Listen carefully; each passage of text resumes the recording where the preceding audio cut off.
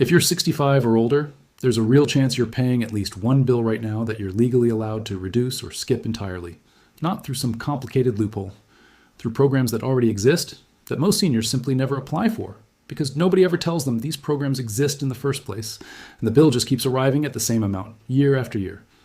Every year, millions of seniors write checks for the full amount on bills that have specific exemptions or reductions built in just for their age group. It's not fraud. It's not a gray area. It's money the law already set aside for you, sitting unclaimed because claiming it usually requires one phone call or one form nobody mentioned, buried in paperwork that assumes you already know to ask. In this video, I'm going to walk you through 5 specific bills that seniors are often exempt from or eligible to significantly reduce once they turn 65. Real programs, real numbers, and exactly how to check if you qualify. By the end, you'll know exactly which bills to look at first. Quick disclaimer before we start. I'm not a tax professional, a banker, or a financial advisor. This video is educational only based on public program information. Rules vary significantly by state and by bank, so always confirm your specific eligibility directly with the relevant agency or institution. My name is James. This channel breaks down exactly how IRS rules, Social Security, and everyday retirement expenses affect your money every single week. If that's useful, subscribe now. Next week, I'm covering a Medicare premium reduction most retirees don't know they can request. Quick question. Have you ever actually asked your bank, your county, or your state if you qualify for a senior discount or exemption? Type yes or no in the comments right now. Let me introduce you to Barbara. Barbara is 68, owns her home outright, and has lived in the same county for over 20 years, paying every bill the same way she always has. She's never once asked whether she qualifies for anything age-related on her bills, and honestly, it never occurred to her to ask. She just assumed, like most people do, that the amount printed on the bill is simply the amount she owes. Full stop, no questions needed. Here's bill number 1, property tax. This is the single largest one for most homeowners, and it's also where the most money tends to be left on the table, because these programs are rarely applied automatically. Most states offer some form of senior property tax relief, either an exemption that reduces your home's taxable value, a freeze that locks in your assessment so it can't keep climbing as home values rise, or in some cases, a program that reimburses a large portion of what you already paid.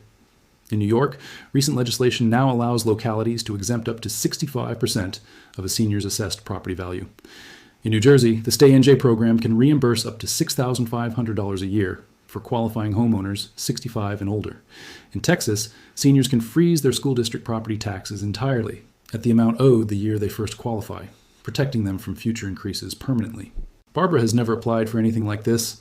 Depending on her county and income, she could be looking at hundreds, potentially thousands of dollars in annual savings. She simply never claimed, year after year, without anyone at the county office reaching out to tell her. Here's bill number 2, state income tax on Social Security benefits. Most states have moved away from taxing Social Security income at all, and several have recently eliminated it entirely, including states that used to tax pension income too and have since removed that as well. This kind of rule change tends to happen quietly through state legislation that rarely makes national headlines, but it directly affects what shows up on your state tax return every single year. If Barbara lives in one of these states and has been filing her state taxes the same way for years without checking, using an old tax software default or an outdated worksheet, she could be overpaying every single year without realizing her state stopped taxing this income altogether, sometimes years ago. Here's bill number 3, your federal tax bill itself. Seniors 65 and older can now claim an additional enhanced deduction of $6,000 or $12,000 for a married couple where both spouses qualify, on top of the standard senior deduction that already existed before this change. This stacks directly onto your regular deduction, lowering your taxable income before the IRS ever calculates what you owe, and it applies whether you take the standard deduction or itemize. It phases out at higher income levels, but for a middle-income retiree like Barbara, it can meaningfully shrink her federal tax bill every year through 2028, without her having to do anything more complicated than file correctly. Here's bill number 4, and this one surprises people because it has nothing to do with the government at all. Many banks waive monthly maintenance fees and minimum balance requirements for account holders 65 and older. A standard checking account might charge $12 or $15 a month if your balance dips below a certain threshold, adding up to well over $100 a year for something that can often simply disappear with the right account type. Ask about a senior checking account specifically, and that fee often disappears completely, sometimes along with free checks, no ATM fees, and other perks bundled in that aren't offered on the standard account. Barbara has been paying a monthly maintenance fee on her checking account for years, never once asking if there was a senior version available at the exact same branch she's visited 100 times. Here's bill number 5, vehicle registration and driver's license renewal fees. A number of states and counties offer reduced renewal fees, longer renewal cycles, or senior discount rates once you hit a certain age, sometimes 65, sometimes as early as 62, depending on where you live. It's rarely automatic. It usually has to be requested specifically at the counter or noted on the renewal form, and plenty of seniors simply pay the standard rate year after year because nobody at the DMV window mentions the discount exists unless you specifically ask about it first. Let's put Barbara's full picture together. If she qualifies for even a modest property tax exemption, confirms her state doesn't tax her Social Security, claims her full federal senior deduction, switches to a fee-free senior checking account, and requests the reduced vehicle registration rate, the combined annual savings could easily run into the thousands of dollars every single year going forward simply for asking questions she'd never thought to ask before, none of which required her to change her income, her home, or anything else about her life. To be fair, not every bill on this list applies to every senior. Property tax programs vary enormously by state and county. Some states already didn't tax Social Security to begin with, and bank fee waivers depend entirely on which institution you use and what account types they actually offer. This isn't a guarantee that all 5 apply to you specifically. It's a checklist worth running through methodically, because even 2 or 3 of these applying can add up to real meaningful savings over the course of a year. Here's a detail almost nobody thinks to check. Many of these programs require you to apply, and many require you to reapply periodically, sometimes every single year, with a specific deadline tied to a specific form.